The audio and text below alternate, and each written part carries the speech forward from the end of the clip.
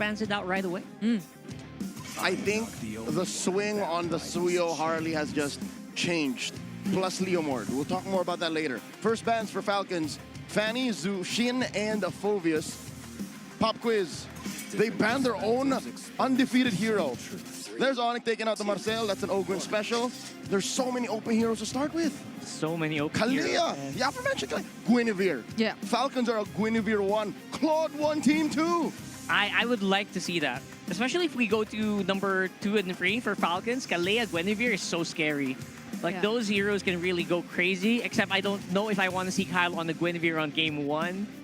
Just because I don't know if that's going to be as aggressive or if it's going to be like as good in the late game, which is really how ONIC comes back these games. Maybe if we were in grass.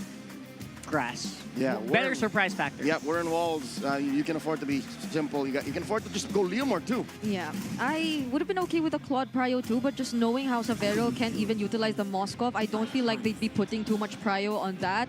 Instead, they go for the Valentina, which in a way also limits what you could potentially decide to go for as ONIC.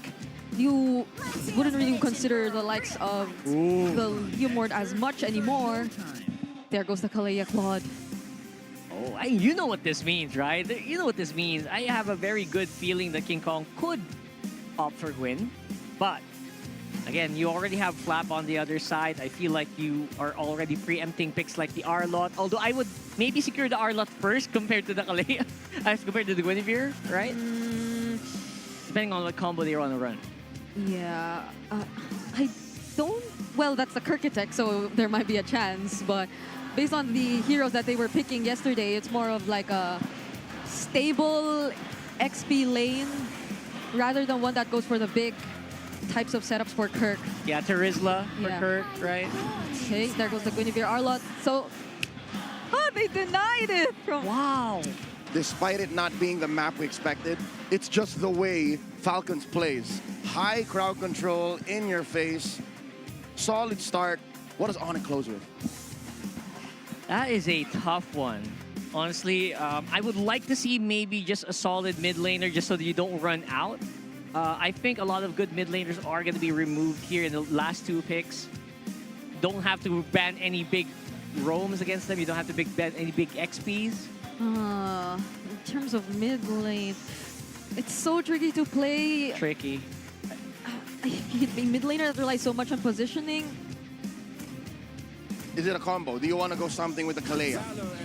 They don't pick up the mid lane first. This is good. This is good for me. Like, you saw King Kong's Leomord yesterday. That was insane. But Haji's gonna enjoy this Phantom Steed pickup so much as the Valentina. We've seen Valentinas pick up more Phantom Steeds often and win with it. Ladies and gentlemen, this is the first half of the draft. Solid start for both sides.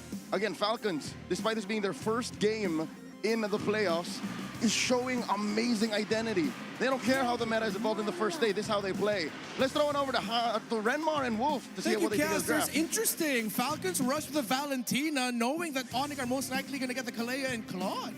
Ang naging sagot nila dito is the Guinevere Arrow, which is a very interesting combo. I really like it.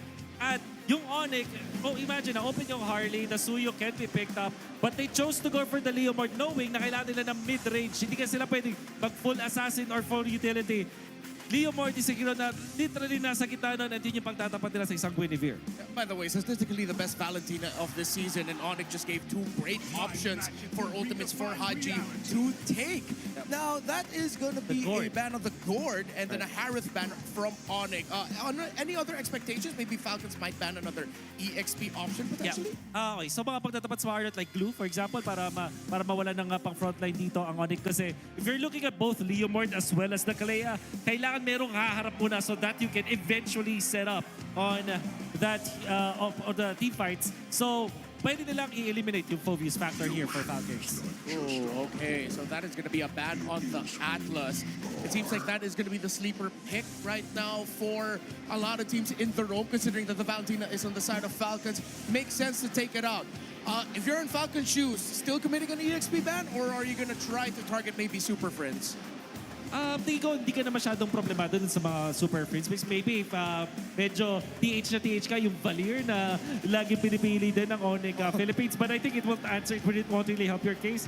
Much better if you just ban something like a Glue or an Alice para sa side ng Falcons. Yeah, those really strong EXP lane picks, the tempo breakers, Yes. yung mga tinatawag Yes. natin dyan. Ayun na ng Falcons kasi isa din sa mga keys to victory natin, yung mga fights ng ONIC pagkatapos at bago mag-team fight or objective. So Uranus, so dalawa sa mga pinaka-high impact EXP laners na pwede kunin ng ONIC open, they get the low yi para kay Super Friends. Isang alam nila, napanila yung Harif, so possibly magmamoscow yung Falcons. So baka ibahin na nila. They need a purified hero from the carry role. So baka carry yung kanilang piliin. There's the Falcons and then there's the Kaja as well na pang-counter din ng mga teams against the Kalea. It's the Roger! Wow! That's a comeback pick. I was just saying earlier in the down room I wouldn't want to see Roger. I don't miss him. Falcons end up picking the Glue. Interesting decision. How do you feel about this? I think it might be a little bit too much of a wild card. For the roam roll against the Louis, medyo siguro mamaisip ko. Pero ito yung hero na hindi mo talaga mabubuhat and it will be a problem for this Leomord. So I do like the idea of the Roger, but ONIC Philippines, ang pwede nilang gawin dito is to look for another setup dun sa parang medyo fighter dun sa gilid, which kind of means baka yung Therese na dito yung obvious pick na sa ONIC. It's just so stable and dependable, and Yanis as well is gonna be there.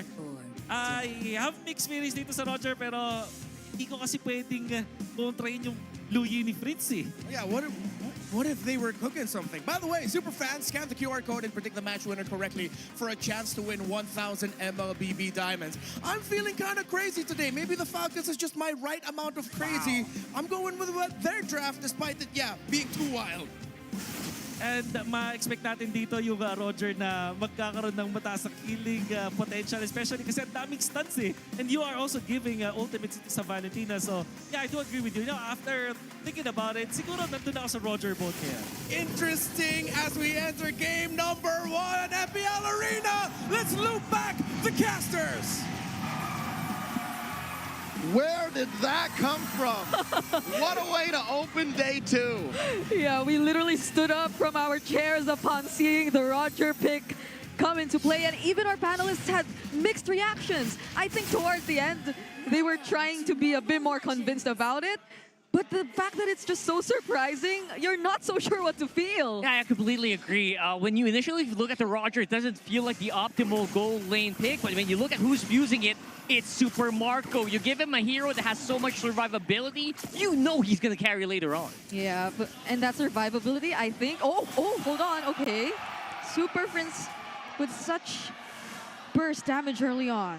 Okay, so it's not like it's just Falcons who's playing with surprises, right? Nope.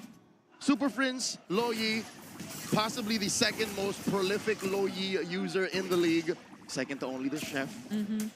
That could also open up a lot of crazy things. They did this in their battle for third bout against ONIC ID in MSC 2025. Yeah. The world's longest tsunami slam. They brought Kyrie back to Manila. I'm wondering if we see that here, though. I think Falcons in their lineup also have enough response to deal with a surprise diversion play if they are indeed ready for it. Like, there's a final slash from Flap that can potentially counter set, or even just a single spatial migration too. Yeah, they can actually answer the moment that it lands, but before it happens, they don't have any early warning signs. Yeah, that too. Okay, there goes King Kong with the Phantom Steed. Ogwin was forced to flicker out of that. Okay, little baby Patrick had to get on out of there, skedaddle. In the first about minute, Savero had to use the Purify. Yeah. What was that? I mean, that just feels like trying to trying to preempt something. Again, you can't be too aggressive, and you can't give out too many early kills. Kind of understand it, and again, that's all the pressure that the Falcons are giving.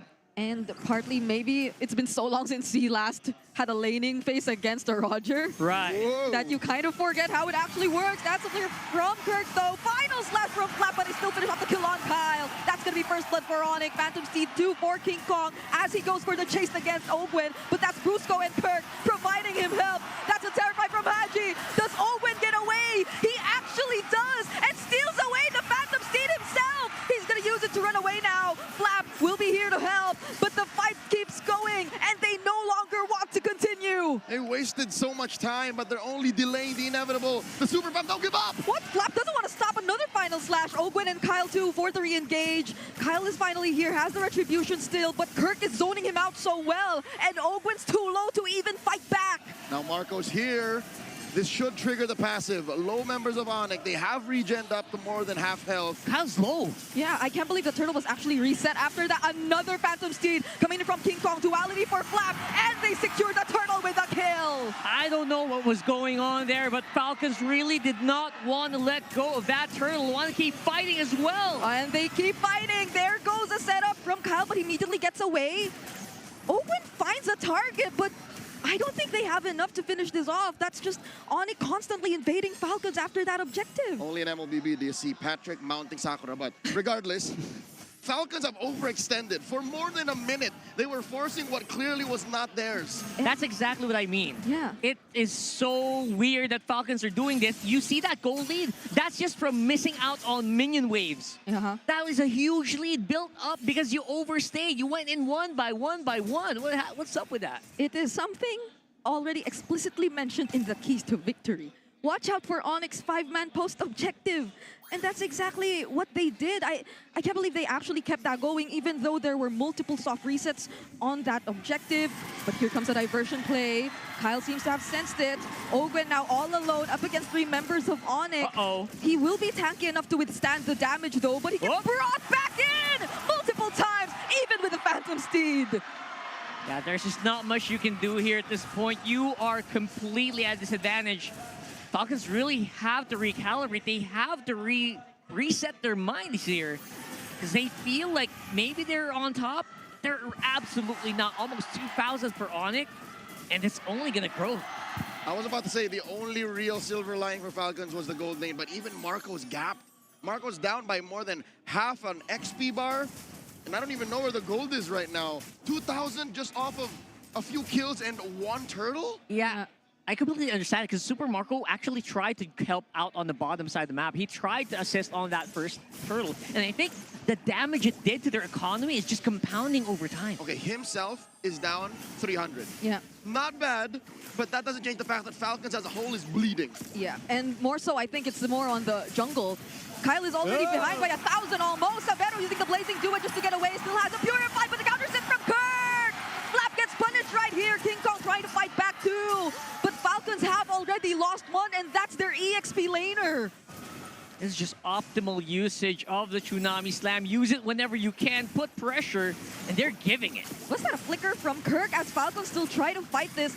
Haji nearby. King Kong still wins out the retry battle, but then they find a kill on Brusco. Kirk now must run away. Doesn't have the flicker anymore as he gets caught in the spatial migration, in the grab, and that's the trade for Team Falcons. That's exactly what they wanted to do. Have Haji as Tsunami Slam, and look at that. Just don't want to stop. They find one more. This isn't a shutdown just yet, but King Kong gets back to safety. Flap's definitely been doing arm day. With a single final slash, he was able to pull the weight of an undead knight and his horse. But again, this does not change the fact that Falcons are down so much gold. This is about 1,000 spread across the board. Let's look at the items. Yeah, they're getting started onto their combos, but again, the items will have a lot of catching up to do, especially with Radiant Armor already active on Kirk. That shuts down pretty much a lot of damage, especially from Haji, especially from Kyle and Ogwen. Yeah, I guess at this point, Falcons just really have to find that combo because Super Marco has his Sky Piercer already. So it's probably them also looking at Super Marco to just be that guy to, even though we're kind of late into the game, just snowball out of his mind and be the real main carry. Which ain't impossible just yet. Their damage profile is there. If anything, the real challenge is going to be taking down Kirk. Yeah. Kirk, when he does scale up to being an unstoppable juggernaut, will be the one to stop those Sky Piercer stacks. But now, there was some sign of hope for all the Falcons. Half of the arena comes alive. Top lane, they tried to force Savero out. Maybe they should keep doing that. Yeah. Keep doing it and just make sure that Savero can't pull off anything crazy. Force him maybe into a Winter Crown. Maybe just give him so much pressure that he bows to it instead of being it. Okay. Turtle spawns in 15 seconds, but as of the moment, it's still ONIC completely in control, especially of the Riverside. Look at the damage they've already dealt towards Haji. That's a yellow ube. It's a yellow ube. I love They're that. just sticking together. What's worse than micro? Just micro en masse. Yeah, and it's so easy to do, especially have a Lu Yi on your lineup, right? Just so easy to reposition whenever you want. Open though, the glue advantage is very apparent here. You can just go in. Oh! Can't really do anything else. And they were able to land that Tsunami Slam on Kyle! And he gets bursted down too! As he's brought close to ONIC. There's the final slash from Flap, but can he withstand the damage of 4 members? He's forced to flicker, but he gets caught in the throne of ruin! Super Prince finishes him off. And as you said, Kirk is unstoppable! Yeah, that's the Juggernaut effect getting activated on the Alice. We were all calling for the Charisma earlier. He says, you know what, I can do you one better. Look at this, once again, an instant replay. It really went sideways as soon as ONIC was the one to pull the trigger first. Sure, Kyle got into a good position to hit him all with the Requiem, and then there was a good reactive final slash, but that's the keyword, reactive. This lineup from Falcons would be just so much better if they were the ones teeing up Marco to start cleaning up. And I want to give them the benefit of the doubt that, you know what, they're just ramping up. They're warming up in the air. I can see Super Marco Jorge has pretty good itemization, so I don't blame... Oh, wait! Ogwin? They're actually going for him first. Facial migration lands on one, but they're too tanky. Blazing do it too as a response, but it's not gonna be enough. Ogwin gets taken down, and Kyle barely escapes that too. Now they're on to Flap. Flap will be able to somehow sustain this. There's gonna be Kirk, but they won't go for the kill anymore. ONIC are just happy to take over the map. Look at it. There's just the two turrets left, and they're gonna pressure them even more. Oh my goodness, that's a Purify used for Super Marco. Facial migration lands, but look at the duality! Super Prince is just not allowing Falcons to go for whatever set they want. Yeah, Falcons said, I want to make a play. ONIC says, you know what? Try your worst. And they really punish with a triple. If you're down 5K, even a surprise setup would be a little too much to ask. Super Marco, yes, does have items. He's on his way to his endless battle, but there's literally 0 stacks now. Flap falls underneath tier 3. They're in the base. Unbelievable. A 7K gold lead and them taking down a base turret before their first Lord. That is just so good. Again, Brusco, excellent targeting on that Kalea. Really stops players like Kyle would go crazy. Even Super Marco has to just keep his distance. It's just good. Like, crowd control here is layered so well. King Kong going in at the right times. And look at this. Look, it's a conceal. They're They going find for it. Kyle! Spatial migration already used. The duality does not land, but they're going for the dive. Winter Crown forced out. Kirk with the zone. They find the kill. Kirk might just be the trade. I mean, that was 4 members of Falcons plus a turret. That basically is just math going against Kirk, but I don't think that's even a sigh of relief. That's barely a second of oxygen underwater. ONIC are literally waterboarding Falcons. It doesn't even feel like a consolation prize. It feels like they're drowning and they're trying to just stay alive, keeping that air in their lungs for as long as possible. I guess this is where we start to look for the reason as to why they decided to go for the Roger pick. What was the idea behind it? Because we already had somewhat of a theory earlier on, but I think it's just ONIC 2 having so many answers to what Falcons were planning to do all this time. That crowd control, the disrupt from the Lu Yi, who by the way just used the diversion. But Falcons have somehow sensed that. It's going to be a pretty prolonged siege here. I don't think there's going to be any immediate danger to Falcons as of yet, unless Kirk does something like this. That's the immediate danger, but they're not really going to fight it just yet. But Brusco still fights one. It's going to be Flap, has the flicker, will survive, but not until Kirk and King Kong go for the chase.